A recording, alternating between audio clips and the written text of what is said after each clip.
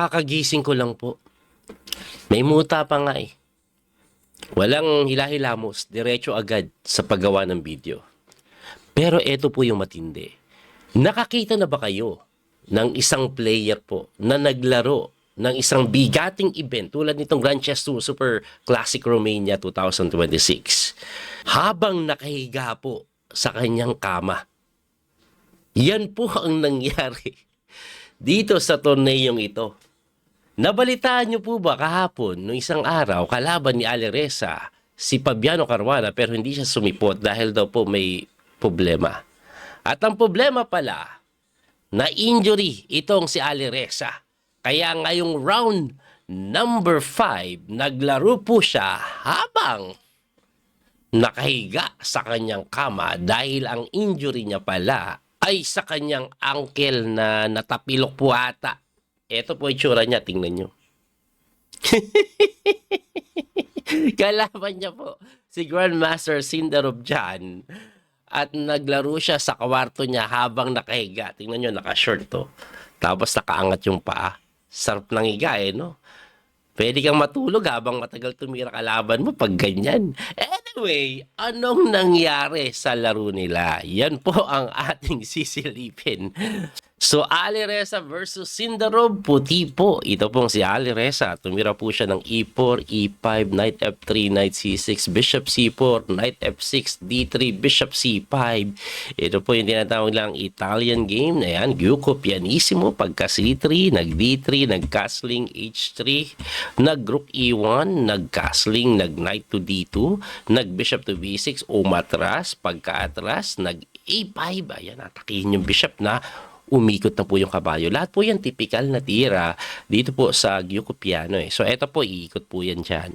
O kaya, gusto po mag-develop ng bishop, ipapalit yan. No, yung bishop na to, matras yan para dito. Ayan, mga common yan, lagi natin na-analyze yan eh. No? So, nagbi-bishop po sa E6, pinapalit, at umatras na nga po yung bishop sa C2. Pagka-atras, umatras din yung Yoka Baby nitong si Sindarov na kung saan medyo hindi na po siya preparado. Tingnan nyo po, nag-isip na po siya dito. Kasi 1 hour and 19 siya, samantalang si Ali Reza, medyo mabilis pa rin po ng konti eh. Yung Knight D7, ang pinaka-idea kong nakikita is maaari po siyang F5 na sinagot po ng Knight to G3. Hindi ka maka F5 kasi kakainin mo yan, mawawala yung bishop kapalit kabayo lang. Kaya ang ginawa po, nag-Rook to E1 na lang. Pagka Rook to E1, nag-D4 na agad-agad. Ito pong si Ali Reza with the intention to go T5. Kaya kinapture po yan. Pagka takes, binawi po yan ng Knight na kung saan tumalon yung kabayo sa may E5. Gusto ko lang pong ibalik at ipaunawa bakit hindi po pawn yung pinang-capture, eh may ganito naman, hindi po ganun kaganda kasi yung bishop po na G4 tira, nakapin po yan, mabibigyan ng matinding pressure yung D4. Okay? Kasi parang gandang tingnan, dalawang pawn na malakas sa sentro, bakit ang pinang-capture po is kabayo eh. Yun po kasi yun. Anyway, pagka knight takes po, nag-knight to E5, tumalon din yung kabayo. Ayan, nag-centralize na kung saan kinapture po yung bishop na linagyan ng question mark nitong si Engine. Ibalik po natin, no? Ang best move daw, wag mong capturein yan, H3 ka lang. Bakit po? Kasi yung knight yan, gustong bigyan ng tempo by playing F4, ganon. Ngayon, kahit ako siguro, pag-isipan kong kainin yan. Dahil pag tinakes mo yan, of course, babawiin, eh, nawala yung bishop niya, pero bishop ka eh. Diba? Pero dahil pala dun kasi nabuksan yung F-file, later on may konting pressure na binibigay. Ayan. So ang ginawa po, nag-bishop to E3 yan, napilitan ka na ipalit eh. Capture take. So nawala din yung pair of bishop mo. Pagka rook takes E3, nag-rook F8 na nga, nag-queen to E2 to defend, nag-king move, kinendingan lang, na tinirahan na ng rook to F1 and then queen to G5. Ayan, medyo aktibo na po yung piyesa ng black. Nag-H3 po, pine-prevent na yung mga talon dito ng kanyang kabayo kasi may konting pressure po diyan eh. Ayan, lakas ng pressure ng knight pag nakatalon eh. Anyway, dito po nag-A4, ito pong si Sindarov na sinagot ng B3, in-stop agad, no? At pagka B3 kinapture, binawi ng bishop, ayun, na-activate yung bishop niya, no? Kasi nandito siya nung una, medyo naharangan, di naman kasi maka-F4, di maka-E5. But is dito, nagpe-pressure na po siya sa E6 na tinirahan ng rook to A8 para dumipensa. Pagka-depensa, pinalit na ni Ali Reza yung reyna, napilitang capturein, and then nag-G6, atakado yung kabayo na patras, tapos umatras din yung knight. Kasi ang tema po niyan, mag-E4 na eh. So, inunahan na, iikot dito, may pressure dito. Yan po yung gustong gawin. Pressure dyan, pressure sa ipon, na sinagot po na nga ng F4, Knight C5, tinuluyan. And then, nag-Knight lang po sa may D2 or E2, ikot para aktibo siya dito. Ang ginawa naman po is nag-king move na, nag-H4. Uy, para sa yung H4? Gusto mag-H5, nag-Rook A8, na sinagot na nga ng H5. Bakit po tinirahan ng G5 yan, hindi kinapture? Kasi pag kinapture mo to, kahit na lamang ka ng pawn, may counterplay naman yan. Pwede niya pong pabagsakin niya later on eh. So, ang ginawa niya po, number 1 engine move yung G5. Kasi ito pong pawn na to, kung sakaling kainin mo later on, bukod po sa magkakascore dito yung knight, pwede mo lapitan to eh. Ganyan yung mangyayari, daming weakness, no? Weak din to, isolated. So, ang nangyari po is nag-F5. Pagka F5, kinapture pawn takes. At least wala na isolated dito, may pass pawn ka pa. Pwede mong depensahan later on. Pero sabi po ng engine, lamang na daw po dito si Sindarov. Ang ginawa po niya, nag-knight takes B3, pawn takes B3, and then rook to E8. Ayan, napakagandang ipalit-palit yung pyesa kasi yung king niya mas aktibo, may overextended na pawn dito. Pwede ka mag G4 to depend upon, pero yung knight ang lakas, weakness to habang buhay. Habang buhay yun. Basta talagang babantayan mo yan throughout the game. Anyway, ang ginawa, kinapture takes and then nag-knight move. Ayan, hindi niya po G4. Kasi babantayan niyo yun hanggang dulo eh. Kaya nag-knight to F3. Ang ginawa, nag-knight lang po sa may E5. Ang gusto kong malaman, bakit hindi po ito tinira? Napakagandang tingnan. Kasi po may F6. Ayun. Pag umangat ka kasi may F6. Okay? And once na gumalaw yung king mo, regardless kahit saan pumunta, knight F5 is a very strong counterplay. Okay, balik po tayo doon. Kaya ang ginawa niya is nag-knight na lang. Pagka-knight po, nag-rook sa A1 para pumasok na kung saan knight naman doon. Ayun. Medyo nabantayan yung escape route ng king. Ayan, oh. Ang ginawa po niyan is nag-rook A4, inatake na lang yung kabayo, chumek, humarang, persado, and then gumalaw. Ngayon, yung atras na yan, di pa nga daw kagandahan. Mas maganda daw kung iyong tinalon dito. Yun. Gusto dito italon para may pressure dito eh. Pero mas maganda daw ito. Ang nakikita kong reason, yung king ayaw ipa-activate. Kasi pag lumapit, may knight doon. At mapapabalik ka na naman. Tapos lapit na yung king. Yan po dapat ang ginawa ni Sindarov. Kaso nakita niya sarap ng tulog nitong si Ali Reza. Nakahiga eh. Taas papa eh. Sabi niya, dito na lang ako, pressure natin tumpon. Ano? Anyway, nag-rook siya doon, naka-counterplay pa habang nakahiga. Wala kang magawa eh. Talagang babagsak yung isa eh. No? Pag tinulak mo to babagsak. Kaya counterplay na lang. Kinain takes at ito po ay lamang pa rin. Nag-king move na sinagot po ng knight takes po yun ang medyo mali. Ang pinapatira po ng engine na G4 talaga eh. No? Tapos pagka king E2 mo, lapit lang yung king mo sir. Ayan no. Lapnusin mo yung mga pawn na yan with the king para wala na din pong mga pin. Pwede mo na maitulak later on din, no? Grabe, ganun ang mangyayari. Ayun, kaso kinapture, no? Ang problema po kasi ni Sindarov, dito po, tingnan nyo po Tingnan nyo po yung oras nila, no? 15 minutes mo lang lagi kay, ni Sindarov. Si Ali Reza 31. Kaya nag-31 yan kasi this is move 40. So, 39 pa lang si Sindarov, mag-move 40 na siya. Si Ali Reza tinapos niya yung move 40 dito eh. So, nagdagdagan siya ng oras. Kumbaga, medyo panic time na. Ngayon, 15 minutes nakalagay kay Sindarov, pero ang hindi ko maintindihan, ang ginawa niya nga, knight takes H5, naging 32 minutes lang siya.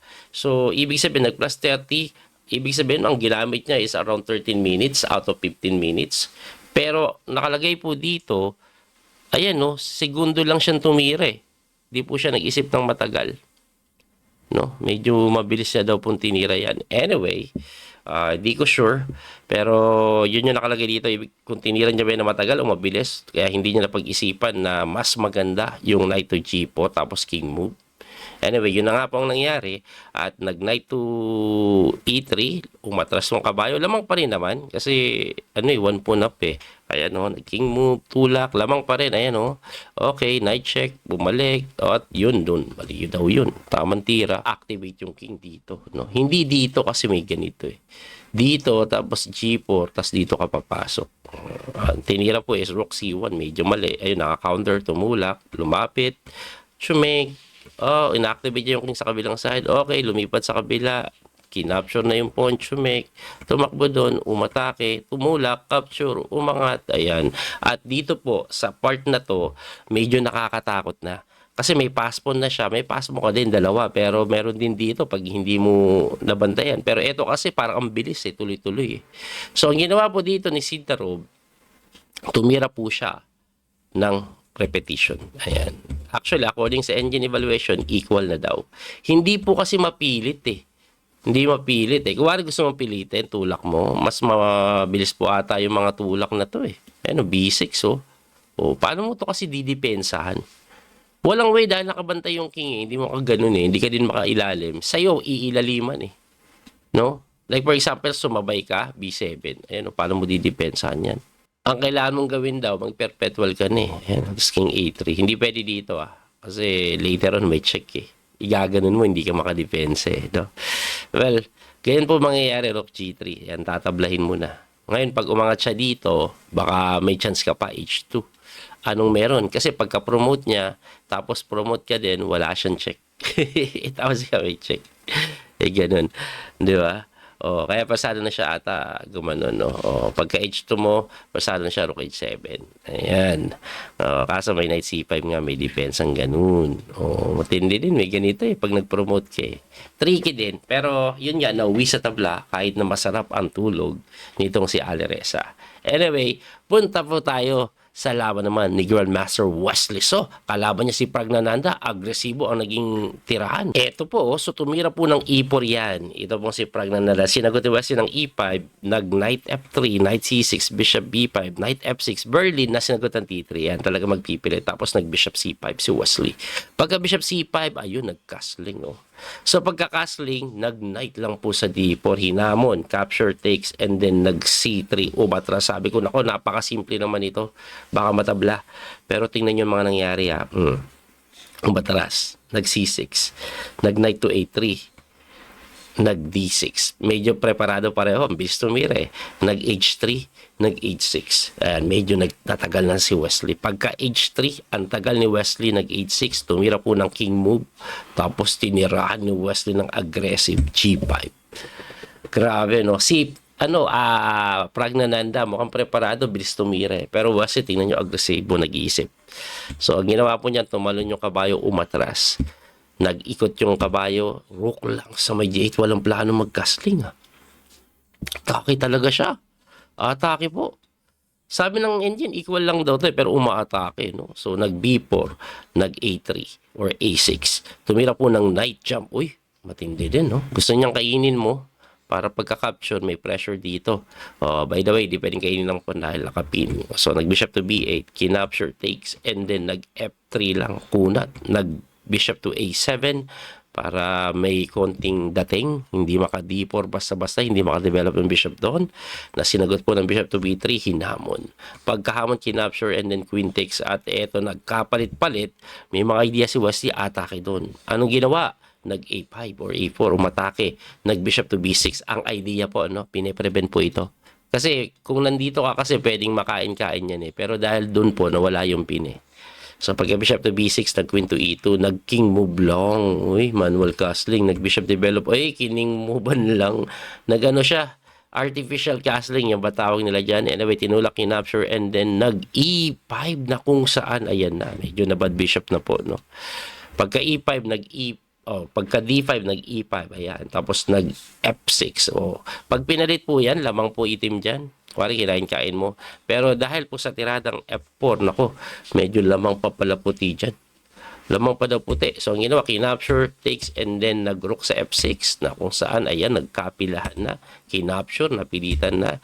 Takes, and then capture. Ayan, kahit papano, pinapalit ni Wesley. Ito, weak ito Ang problema, weak siya. Pero, grabe yan. Paspon niya na depensado No? Yung reyna mo nakabalandra dyan, hindi magamit. Kasi pag umalis ka, itutulak, mabubuhay, mangingisay ka. Lamang daw po ang puti, pati sa oras. Anyway, nag-bishop to D4, tagilid si Wesley, nag-bishop to G5, hitting the rook, umatras, tapos nag-B5, nag-queen sa F2. Ito naman po masasabi ko, no? So, pag napalit po dito ang reyna, lamang si Wesley. Pero winning po daw dito ang puti. Dahil sa hirap ng posisyon. Anyway, nag-bishop to E7. Pumasok. Uy, nag-sacrifice. Matalino din. Bakit? Pag kinapture mo, may tulak. queenless ka. Kining mo ba lang? Ayun. Kaya nga blunder pa daw yan. Ano ba tamang tira? Queen to C2 daw. Para saan? Baka ganito? Baka gaganon, no? Yun nga, no? Baka gaganon. Anyway, pumasok, kining mo ba lang? Pagka-king move, umatake sa h6, rook humarang, pinipressure po yung e5, tinulak yung pawn, lumapit na yung king, pwede nang tikman, na kung saan na yun, halos makulong pala. Halos makulong pala yung tore. Umatras yung bishop, okay, umatras din yung rook, ang weird ng mga tira, no? Gusto ipalit yung tore. Hindi, sugswang, walang matira. Walang matira si West, oh. Inatake yung reyna, umatras, bumalik. Walang matira si West, oh. Gumanon, inatake yung reyna, umatras, bumalik. Eto naman si Pragnananda, wala din makita improvement. Inatake yung reyna, nag-repetition. Yun pala nangyari, no? Tagilid si Wesley. Sa totoo lang, ang tama tira na kung hindi po, kung gusto mo magpilit, Kaya lang, naalangan siya na iwan to. Kasi may H5 na. Hindi mo makapture, may ganun. Diba? Papasok ka daw, yan yung panggulo Pero pag pumasok ka, King H7 lang daw Like, lahat ng check mo, harangan lang. Tapos later on, kakainin dito, may pressure, gagalaw yung bishop, may pressure sa G4. Hindi ganun kadali. Kaya, Pragnananda, tinabla niya na lang. Yan po ang nangyari. Anyway, ang mga laban po nauwi lahat sa tabla. Sobrang relax nila. Parang si Ali Reza. Relax lang habang naglalaro. Nakahiga pa, di ba? Ito po ang naging standing after round number 5. Tingnan po natin. Leading pa rin po si Vincent Kamer with 3.5. Tapos 3 points. Marami silang sumusunod. And then si Wesley So, MBL. Si Pabi kulang na isang laro to Unplayed pa po yung kanyang laro kay Ali Reza. Baka lalaruin nila na isisingit.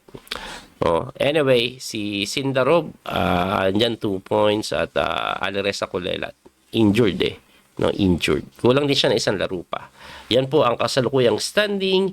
Hindi po ako nakapag-live dahil nag-assist po ako sa mga estudyante ko sa ginaganap na National Grand Finals dito po sa Thailand, qualifying for Olympiad So, dalawang estudyante ko po naglalaro doon at nagbabantay ako. Ganun na naman, kaya maaga akong gumising ngayon para lang makagawa ng video kasi maaga alis ko Alas 7, alis na ako, punta na akong venue, medyo malayo-layo Anyway, abangan nyo po yung mga susunod na video. Don't forget to support din po yung ating app, Biyahero Chess Coach app. Naka-out na po siya sa Play Store. Search lang po Biyahero Chess Coach at lalabas na yan. Abangan nyo din po yung paglabas dyan sa iOS. Hopefully ma-approve na yung aming mga sinubmit doon. Medyo may hinihingi pa sa amin na pinapa-edit ginagawa naman po namin ang lahat para mapabilis. Abangan nyo po yun. Muli ito po yung Coach PD Master, Daniel Kausok. Salamat po sa inyong suporta. Don't forget to like it, share, follow, and subscribe. God bless mga kabiyahe. Thank you. That little mouse, 'cause I'm an albatross.